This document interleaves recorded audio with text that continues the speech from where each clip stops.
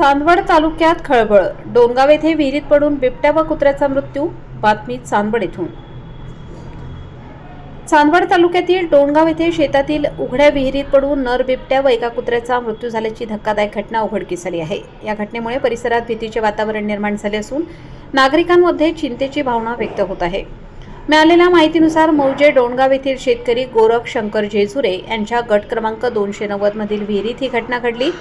घटनेची माहिती मिळताच वन विभागाच्या पथकाने तात्काळ घटनास्थळी धाव घेतली व मृत बिबट्याला बाहेर काढण्यात आले. प्राथमिक अंदाजानुसार बिबट्या हा कुत्र्याचा पाठलाग करत असताना विहिरीत पडला असावा.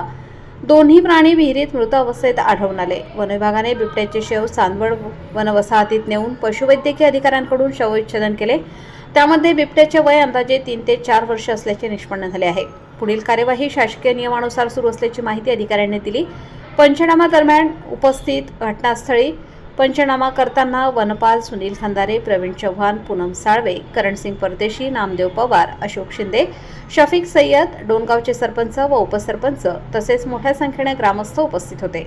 नागरिकांना सतर्कतेचा इशारा. वन्य प्राणी मित्र भागवत साल्टे यांनी नागरिकांना सावधगिरी बाळगण्याचे आवाहन केले आहे. रात्री अपरात्री लहान मुलांची विशेष काळजी घ्यावी. बाहेर जाताना टॉर्च व काठीचा वापर करावा.